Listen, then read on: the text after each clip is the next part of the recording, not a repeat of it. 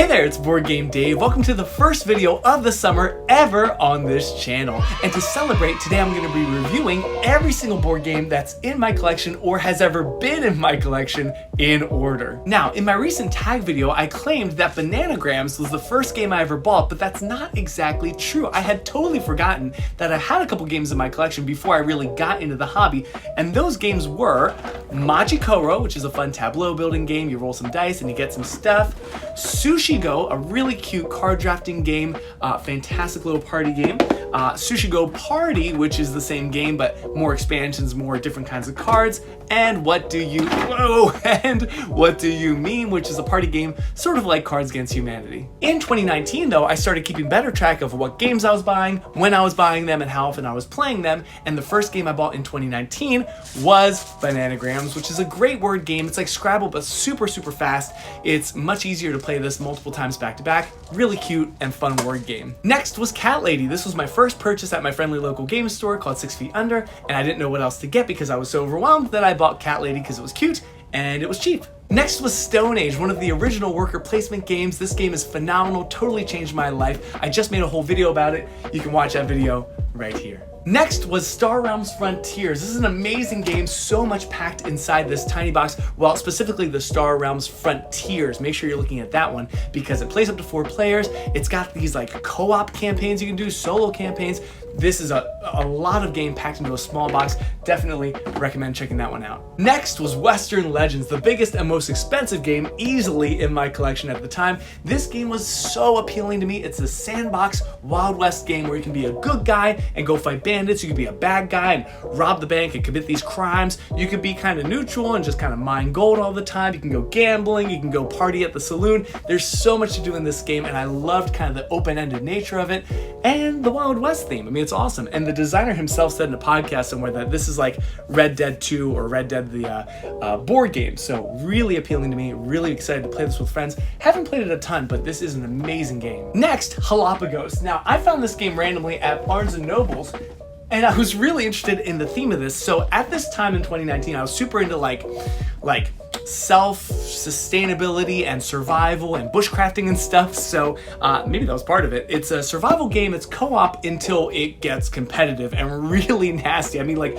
you're finding bullets and shooting each other and voting on who starves to death and stuff. It's pretty dark, but it's also a lot of fun, and my cousins and I really enjoy playing this at our game nights. Next was Ex Libris. Now, I don't have this game anymore, but it was a really fantastical game all about collecting the best books and having the best library, and then the bookworm or somebody would come around and check and inspect your shelves and stuff. Really awesome worker placement game, very creative, unique theme, but I sold that game, so not in my collection anymore. Next, Azul by Michael Kiesling. This is such an amazing family game. It's the second ranked abstract game on Board Game Geek. You draft these tiles and you put them in your own little display to try to score points with adjacencies and patterns and stuff. Azul is an amazing game. It's not my favorite of the 4 Azul games that I have. It's probably at the bottom of those, but great introductory pattern, creation sort of game. Really good stuff. Next, Lewis and Clark. Now, longtime viewers might say, Dave, I thought you said you were going to get rid of this game in 2021. Well, I was going to, and I put it up for auction, but nobody claimed it, which is kind of okay because Lewis and Clark is an incredible worker placement game and kind of card management game as well. You're also racing down the river to get to Fort Clatsop on the West Coast, and it's got so much historical context just dripping from those cards and in the rule book. I am loath to give up Lewis and Clark. I mean, I guess I would still sell it, but it's a great game, great solo mode too, so I'm happy that it's still in my collection. Next, Raiders of the North Sea. Now, I had just finished an audiobook all about Vikings at the time, and then along came Raiders of the North Sea, which is of course all about Vikings and worker placement, my favorite mechanism. It has such a great unique twist where you place a worker and take that action, but also pull off another worker and resolve that action. And the workers aren't tied to players, so you're kind of all placing and pulling each other's workers. Very fascinating concept, and Raiders, the theme is so great. It's very intuitive, very easy to learn.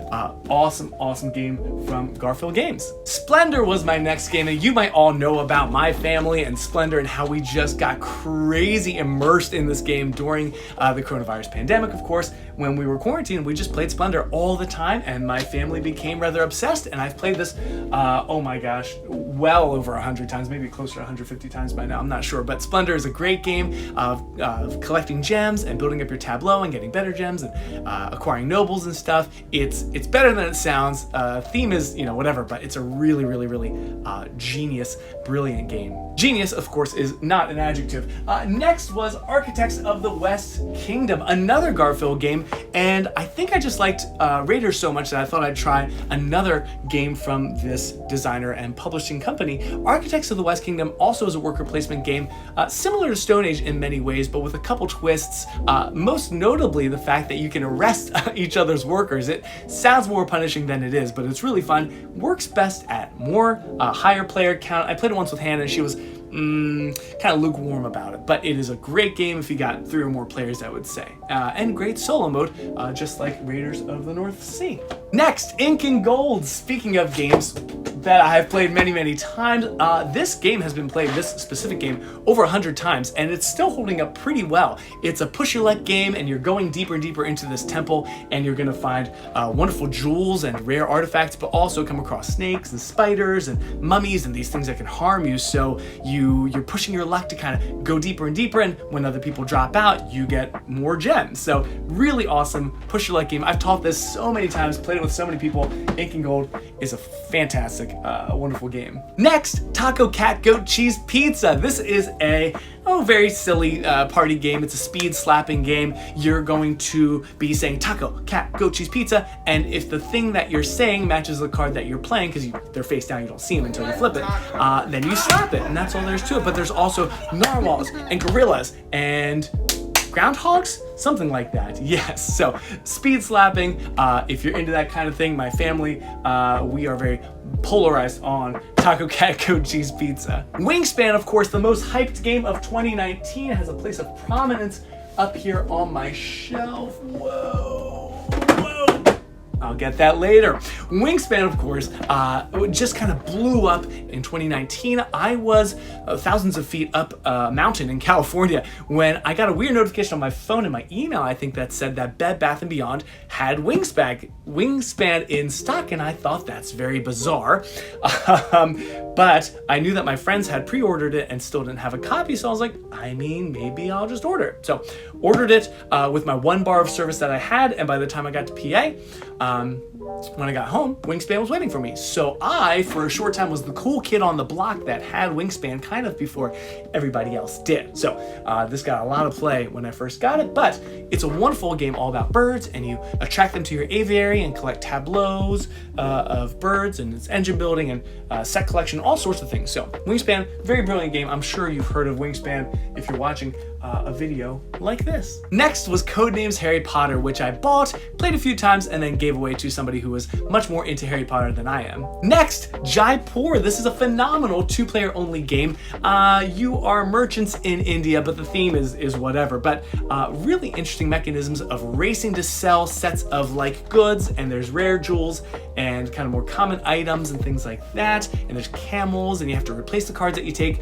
It's a little hard to explain, but very simple game. Wonderful 2-player game, very abstract and puzzly, and I really, really like it. 7 Wonders was the next game I bought. This is a great card drafting game. You, like Sushi Go, you have a hand of cards, you take one, pass the rest on, and you are building up the civilization across 3 ages with military and science and economy and culture and things. It's such a brilliant game. I wish I played this more, but it plays best with more players, so don't get it to the table very often, but 7 Wonders is an amazing game. Next, Clans of Caledonia by Juma Al-Juju. This is an amazing economic game. You are spreading out across Scotland, presumably, and you're sending out workers to log the trees and mine the mountains, and you're also going to be getting milk to turn into cheese and getting wheat to turn into bread and into whiskey and things, and you're fulfilling contracts, and there's points at the end of each round, and it's just such a brilliant economic game. The first game I ever saw, I think, that had a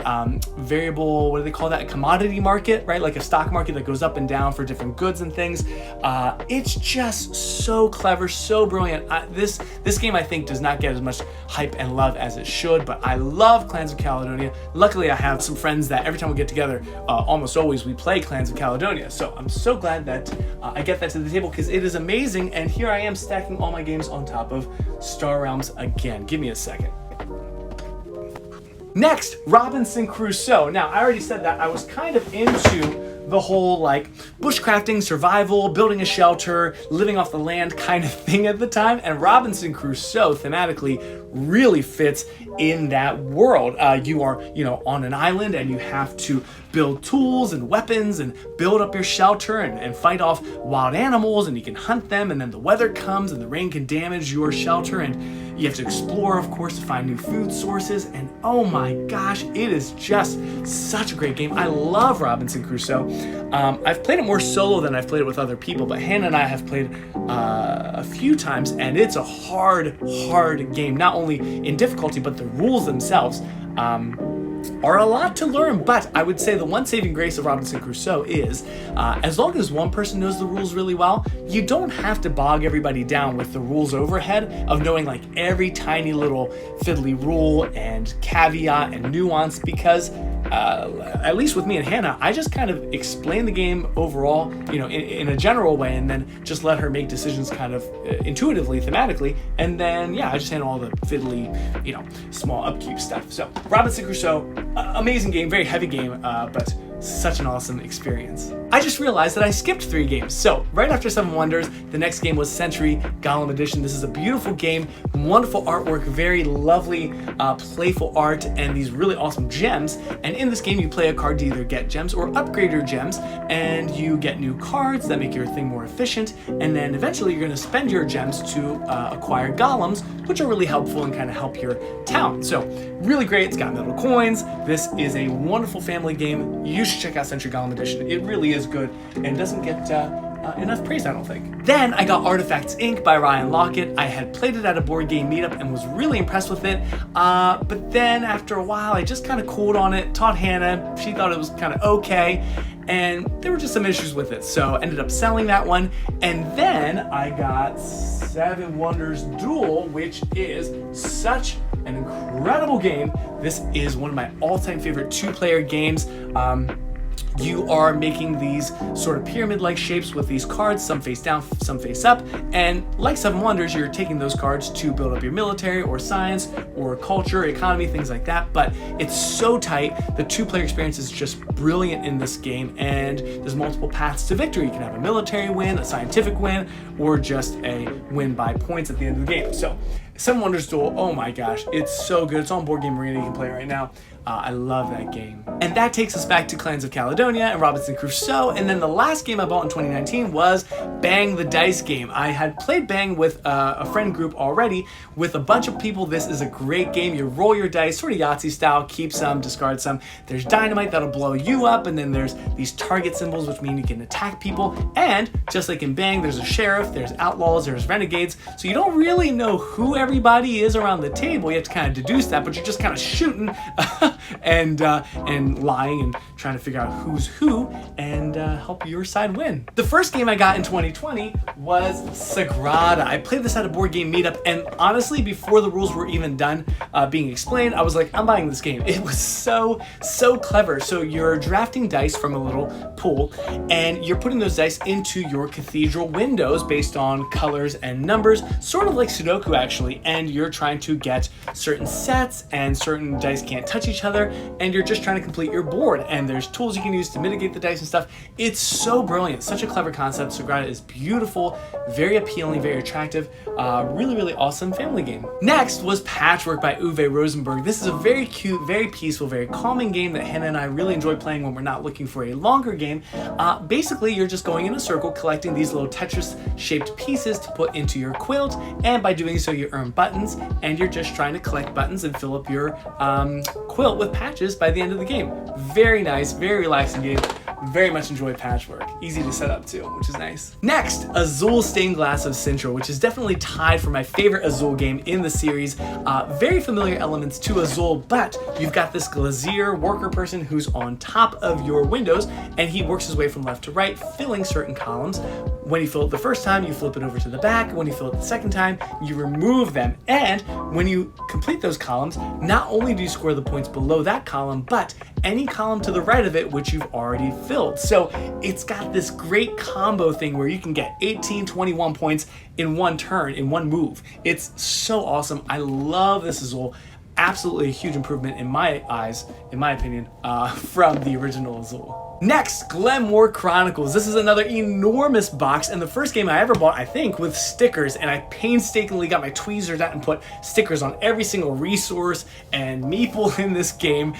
It is amazing though. The components are great, and this game also comes with 8 Chronicles, like mini expansions that you can combine to the base game.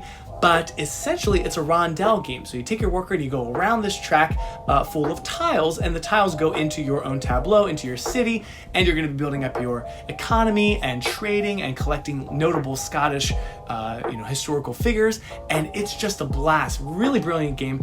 Fairly simple initially, but there's so much expansion content in the box, which is really awesome, and also features a commodity market with various prices for commodities, which I really, really enjoy in my games. Next, Tribes Dawn of Humanity. You know that I like the Stone Age theme, and this game I probably got mainly for the theme, but it also has a very curious action selection mechanism. So each action is represented by this tile, and when you choose an action, you put that tile on the end and kind of slide them down. And here's the catch. If the action that you want isn't the leftmost action, you have to pay shells to kind of skip over them to get to the action that you want, and you only get 5 shells in the game, and the only way to get them back is to pick up tiles that have shells on them. So it's very brilliant, and then along the way you're also exploring like a 2-dimensional map to get to different types of resources, which let you advance on the research track. It's so great. This game really flew under the radar, but Tribes is an awesome game. I made a solo variant, actually. It's on BGG, which I don't remember if it's any good, but that's Tribes. Really, really awesome game. Next, Agricola Family Edition. Now, I got this game because I played the original Agricola, Uwe Rosenberg's one of his masterpieces, on the app, but I wasn't sure if, the people I wanted to teach that game to would be ready for a game that heavy. So I got the Family Edition instead, which is rated for ages 8 and up. And yeah, I taught it to my dad and my sister, and they really were not a fan of this game. I think it was just, they didn't like it. So unfortunately, it hasn't been played too much. There is a solo mode, which is pretty good, but it's also solvable because nothing changes in this game. So if you do the right actions, you will get the highest score possible, which makes me not want to play it solo too much. I would probably sell it, but I'm using the meeples, which are really nice, for a game that I'm working on, so I'm stuck with this game. Next is Gold West. This is another Western themed game. Very, very clever. You are pioneers or prospectors, and you're looking for copper and silver and gold, I believe. And you're also trying to collect wood and stone because you're going to be building these settlements across the map. Now, this game uses a very clever Mancala system where you pick up all the resources in one of the slots, drop one off, and then whatever you have left is the resources that you can use for that turn. So you have to kind of plan ahead what you're dropping off into the other slots and stuff. Very, very clever game. Again, doesn't get talked about a lot, but you're also fulfilling contracts, working on your kind of shipping, transportation, and also completing deeds and stuff. Really a nice game. Gold West is a classic. I really, really enjoy that one. Hannah and I have played that game a lot. Next up, Everdell, which also takes a prominent place on my shelf. This is still the most expensive game I've ever bought, but in it, you are collecting these anthropomorphic animals, squirrels and skunks and porcupines and mice and things like that, and you are sending out your workers to different action spots and collecting a tableau and sort of building up an engine and collecting berries and twigs and resin. It's all very, very adorable. It surrounds the ever tree and things. It's just such a cute game. It's really, really nice. It's a bit longer than you might expect for like a cute family game like this. And yeah, there's probably more going on than might appear from the cute cover, but Everdell is an amazing game. It gets a lot of praise and hype, as well it should, and the art by Andrew Bosley, you can't beat it. It's so beautiful. Everdell is just an amazing game all around. Next is Potion Explosion. I actually just played this game with the guys from Dads and Dice on Board Game Arena. This is a great family game. There's a marble dispenser, and during the game you're going to pull one marble from the dispenser, and if marbles of the same color clack into each other, you get to take those marbles, and then if more marbles fall of the same color, you get to take those marbles. It's great, and you use those marbles to complete your potions. Each potion has a special ability that lets you take more marbles or steal marbles from your opponents. It's just so much fun. Potion Explosion, all kinds of good fun, lots of randomness, but yeah, if you're good at it, I mean, you're probably gonna win if you just know how to play your potions right. But Potion Explosion is a great one. Next, Caylus 1303. This re-implements William Attia's original 2005 Caylus, which was perhaps the original worker placement game, and it makes it a little bit less mean, a little bit more variable, as players have different powers that you can take from each other, which I think is extremely clever. But yeah, it's such a brilliant game. It's so well designed, super tight. You're moving this provost around that allows people to take actions or not take actions. You get to build your own action placement spots. It's so great. I love Caylus 1303. I don't play this as much as I should. I think part of it is because the theme is so generic these days. You know, you're collecting wood and stone to build a castle, you know. Boring, but the gameplay is really great. Caylus 1303. Next up, Concordia by Matt Gertz. I love this game. Speaking of boring themes, you're in the Roman Empire collecting resources to drop trading posts, whatever. But again, it's all about the gameplay, people. This is so cleverly designed. You have a hand of action cards and you play a card, take the action. Super simple. One of the cards that you play lets you pick them all back up. That's all it is, but the cards are also how you get points. Each one has its own kind of point scoring criteria, and you get more cards throughout the game, and you score based on settlements and varieties and colonists that you have out on the board. This is a great game, and now with Concordia Solitaria, you can play it co-op, you can play it solo. So much replayability in that big box. The next game I bought was Isle of Skye by one of my favorite designers, Alexander Pfister, although I didn't know it at the time. This is one of those games where I played the app first and then ended up buying the board game. Isle of Skye is similar to Carcassonne in that you're taking tiles to build up your kingdom with roads and animals and oceans and things like that. But here's the twist. Each turn you get 3 tiles and you get to set the price for each of those tiles, and either an opponent's gonna buy it from you and pay you for that tile, or if nobody wants it, then you have to pay for your own tile. It's so clever. Like, that is a great, very creative mechanism, and it makes me really love this game. And the scoring is really interesting. There's 4 different scoring criteria that kind of score at different times throughout the game. It's great, it's brilliant. I love Isle of Skye. Next, one of my all-time favorites, Heaven and Ale, co-designed by Michael Kiesling, who makes the Azul games. In this game, you are brewers in ancient times, and you're collecting hops and barley and water and all those sorts of things, and you're going around a rondel collecting ingredients, getting other monks, putting them in your tableau, and then activating those tiles to gain resources or to sell them for money. It's so brilliant. It's hard to kind of explain in such a short time how great this game is, but there's an economy to it, and as you go up the brewer track, your beer quality gets better and better, so you score more points. It's so good. I will review this game at some point and go on and on about how good it is and why I love Heaven and Ale so much. Next up, Viticulture, and I actually just played Viticulture World last night, which is the co-op version of this. This is the Essential Edition. Essentially, in this game, you are vintners and you are running a vineyard. So you collect vines and you plant them, and then you harvest grapes, and then you turn them into wines, and then fulfill contracts throughout various seasons. It's a really thematic game.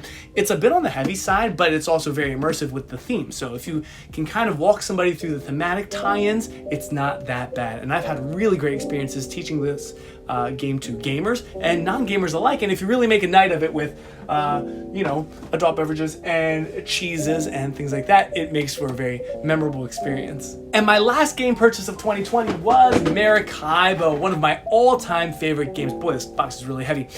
Maracaibo by Alexander Pfister. You are kind of like a privateer. You are sailing around the Caribbean doing all sorts of things. You're exploring the mainland, you're completing contracts and orders, you are upgrading your ship, you're doing battle for the French and the English and the Spanish. It's really extraordinary, and the cards are multi-use, so you can use them for the card abilities or as a good or as an object. It's just incredible. There's so much going on in this game. It's a lot to teach, but it is really fun.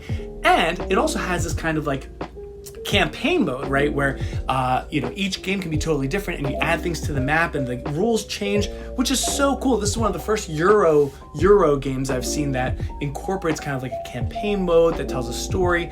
Very, very cool. The story is weak, but the game is very strong, really amazing. I love Maracaibo. And now we're into 2021, and I did make a video going over some of these games. You can watch that right here, so I'll move through these games a little bit more quickly. But the first game I bought in 2021 was Riverboat, designed again by Michael Kiesling and came out the same year. I really liked Riverboat, but it was a little too similar to Heaven and Nail in some ways, and I figured I'd just keep one of those two games, and I stuck with Heaven and Nail. Next is a brilliant two-player game designed by fellow teacher Andreas Steger called Targi. This game revolves around this 5x5 grid of cards, and each player has 3 workers, right? You're going to take turns putting your workers on the border spaces, and then when you resolve the cards, you're going to look at where the intersections are, the lines that come out of the workers, and you get to resolve those cards, which is really brilliant. I don't know why no one came up with that before, and it works really well in 2-player because you're just trying to block your opponent from getting the cards they want and still trying to get the cards that you need. It's great. You collect resources, you pay resources to get tribe cards, there's set collection. It's just absolutely brilliant. Targi is a great 2-player game. You should definitely check it out. A solid 2-player experience. Next was Dominion, perhaps the first modern board game I ever played. This is the original deck building game, and I played it for many, many years at this point already, but never had my own copy. So finally got my own copy to teach my family and Hannah how to play, and I really am so glad I went back to my roots and got a copy of Dominion. Next is Castles of Burgundy, the 2nd edition. This version also has some serious design flaws, but the game itself is great. You have 2 dice, you roll your dice, and then you use those dice to complete actions. You're going to be taking tiles, adding them to your duchy, things like pastures and dock spaces and buildings and things that let you kind of change the game rules in a different way, and you're just trying to get points by drafting the best tiles into your kingdom, your duchy. It's really great, solid game, and I know there's another version coming out. Hopefully they'll fix some of the design issues that are riddled in these Castles of Burgundy games. Next was a game called Lancaster. Now, I live in Lancaster, Pennsylvania, but this is of course about Lancaster in England, and in that game you are, I guess, the heads of noble households, and you're sending out knights to increase influence in different regions and provinces in England, and you're fighting against the French, and you're voting on different laws that come out that can give you points and such. It's a very, very good game, but I played it once, was very underwhelmed by it, and ended up selling it, but I still contend that it's a really good game and I would love to play it again. I just knew that it wouldn't do much good sitting in my collection. Next, Teotihuacan by Daniela Tassini. This is a brilliant and phenomenal game, and I know I've been saying that about a lot of games, but this is absolutely one of my favorites. In this game, your dice are your workers, and you're going to send them out to various places on the board to collect resources, to build up the ziggurat in the middle of the board. You're going to be decorating that ziggurat, you're going to be worshiping different gods and moving up on those tracks, and as your dice complete main actions, they're going to upgrade. So 1s turn into 2s, 2s turn into 3s, and the higher dice values give you better actions, but once they hit 6, they're going to ascend and then become reborn as a level 1 die. So you have to kind of manage and manipulate those dice in the right ways to kind of get the actions that you need, but you want them to ascend because you get points and you go up the Avenue of the Dead when they ascend. There's so many intertwining mechanisms, but they fit together really, really well. It's a lot, but not too much, and that's, I think, the very careful balance that you have to strike with a game like this, but Daniela Tassini does it wonderfully. I love Teotihuacan, I just don't know where to put it. The next game I bought was The Mind, which is basically just a deck of cards numbered 1 to 100. Each player gets a few cards, and the whole point of the game is to, without talking, play those cards in ascending order without any mistakes. Doesn't sound like a lot of fun, but with the right group of people, it is a hoot and a holler. It can be so fun and exciting. It's a great game. My dad has that game right now, actually. Next, For Sale. This is a great little auction game. In this game, you're going to be bidding on various properties that come out, and the properties are very silly. There's dog houses and cardboard boxes and space stations, but you'll be bidding for those properties. And then the second phase of the game is flipping over a bunch of random checks with various values, and you'll be basically using your property properties to bid on those checks. It's really intuitive, it's very easy to teach, and I've had a blast teaching this to my family with random game groups. For Sale by Steph Dora is a very, very smart, intuitive, really fun game. Next is Azul Summer Pavilion, the third in the Azul series. And I always say that if Stained Glass of Sintra is like Azul times 2, Summer Pavilion is like Azul squared. It's just like Azul, but so much more Azul, right? Getting those combos, placing the tiles in the right places, getting all those adjacency bonuses, but like totally to the next level. So very fun game. I would say I like Stained Glass of Sintra and Summer Pavilion just about equally, although I think maybe Sintra, I might actually like that version a little bit more, but I love Summer Pavilion as well. Next is the first review copy I ever received. I had just started BoardGameDave, and my friend Brent gave me a copy of his game, Furtherance, which I reviewed right there. In this game, you are building and sending out troops to go defeat your enemies while also building up fortifications and barracks to defend your base. It's got a lot of tactics and strategy and special abilities, and your workers can specialize into different worker types. It's great. There's so much going on in Furtherance. Definitely worth checking out. Next is Great Western Trail, another amazing game by Alexander Pfister. In this game, you are cattle herders moving your cows all the way to Kansas City to sell them at market. And along the way, you're going to be trying to get better and better cows that give you more value. You're going to be trying to put better buildings along the route that you can stop at and take stronger actions. And you'll be trying to get engineers to move your train further along the line to make shipping to those farther cities more affordable. It's such a brilliant game. I've been playing it more lately. I just played it with the guys from Dads and Dice and playing it in person as well. And every time I play it, I'm reminded about how brilliant this design is. It's so clever. I love Great Western Trail. And yeah, there's more games in this series coming, so I'm very much looking forward to all of the future Great Western Trail games. Next is the Taverns of Tiefenthal. I bought this game at a board game store called Yesterday's Fun in Rehoboth, sort of on a whim, although I kind of knew about the game already, and I'm so glad that I did. In this game, you are running a tavern and you are trying to employ better workers and attract more elite customers to your tavern to spend more money and upgrade your tavern in various ways, and it's so clever and so fun. It's the same designer as Quacks of Quedlinburg, and while it doesn't have that same push your luck mechanism, there's still that tension of flipping a card and hoping that you're getting those really good cards that you invested in, and instead getting all these grannies and grandpas that just want bread and cheese, which is no good. So that's Taverns of Tiefenthal. Comes with a bunch of modules that you can add to the game to make it more interesting and more replayable. So really highly recommend Taverns of Tiefenthal. It's a really a whole lot of fun. Next up, and I'm not sure where I'm going to put this, is A Feast for Odin. Yes, absolutely in my top favorite games of all time. I love Uwe Rosenberg. Everything he does is kind of just blended together in this game. There's worker placement. There's like 61, I think, action placement spots you can go in. You're going to collect food and artifacts and items, and you're going to put them into your home area to get income. And it's kind of like Tetrisy in that way. You have to kind of navigate and put them in the right spots, and you're going to be exploring and pillaging and raiding and just doing so many things. There's a wealth of possibilities in Feast for Odin. I've played it so many times, and there's still so much to explore. I love this game, and I think I'm going to put it right here for safety, like so. Okay. Next is a party game called Just One. This is such a simple concept. You are going to draw a mystery word that you can't see, and everybody else is going to give you a hint, a one-word hint to kind of help you get the answer. But here's the catch. If any of their hints match, they get erased, and you have less hints to work with. So the key is giving words that you think are going to be helpful, but not obvious to the point where other people will also use the same word. Really clever, really simple, Just One. Awesome game. Next is The Crew, The Quest for Planet 9, which was given to me by a student named Everett. This is a cooperative trick-taking game that takes you through like 50 different scenarios, and that's all there is to it. It takes a very familiar game type and adds this cooperative narrative campaign to it. So awesome game.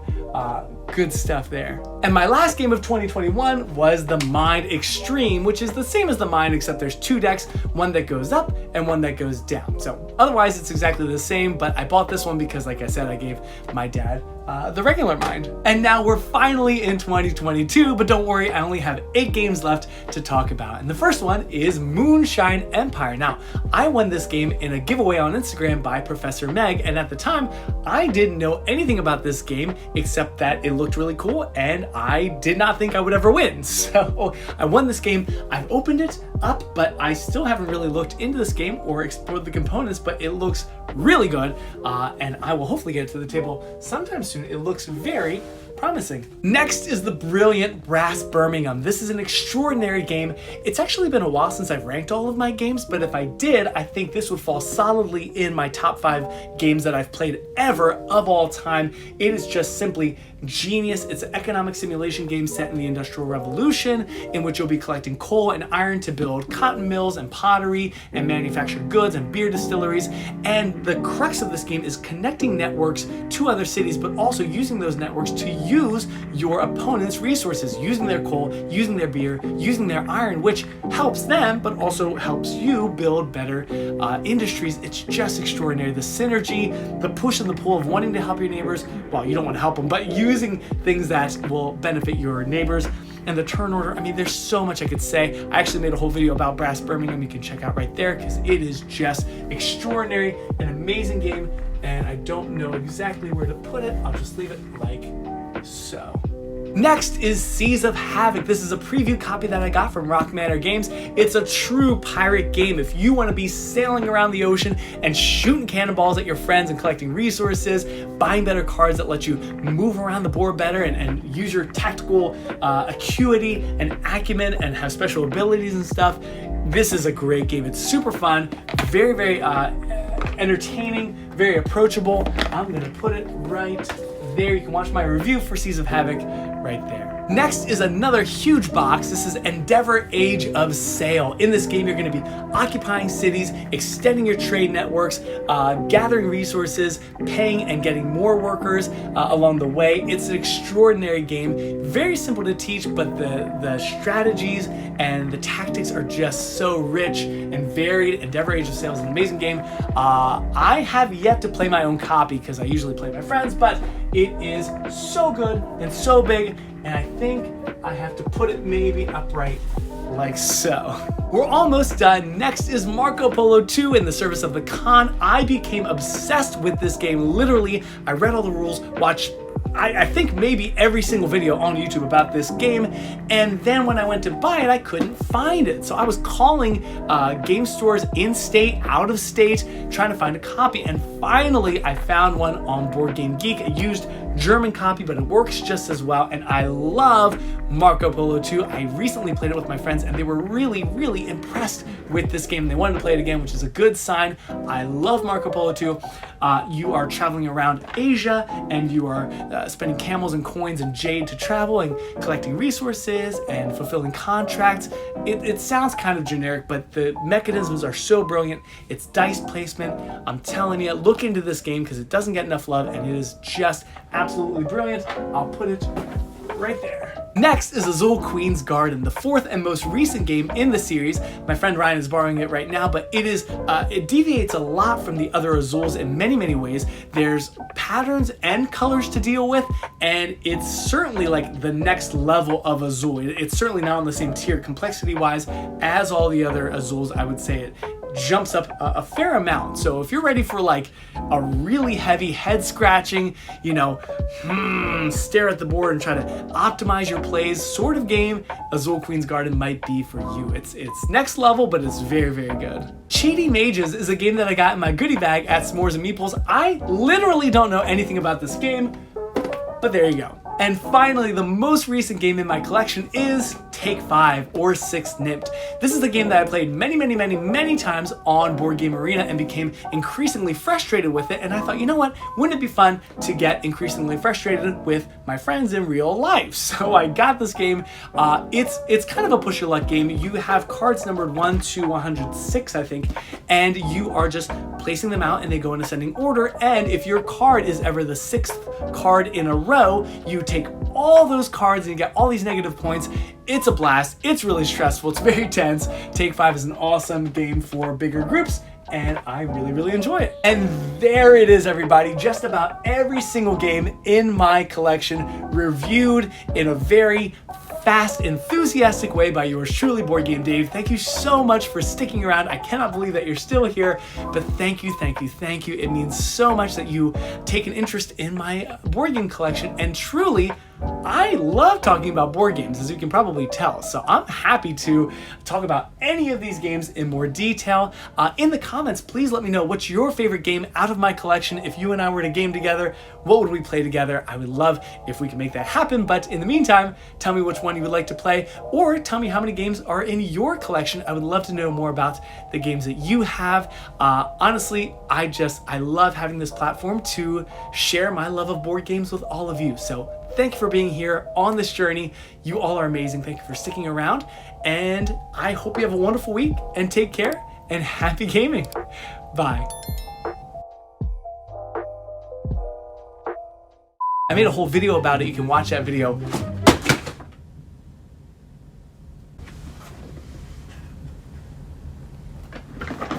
Oops.